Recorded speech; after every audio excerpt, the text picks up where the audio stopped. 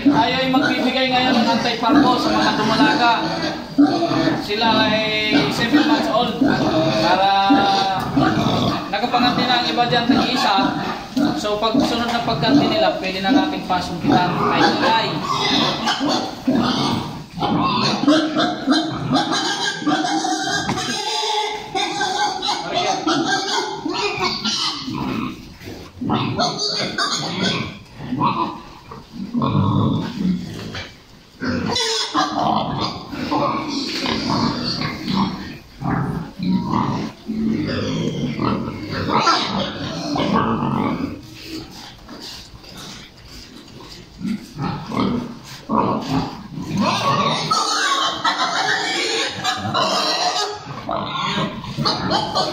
Kailangan may lipat na sa giging.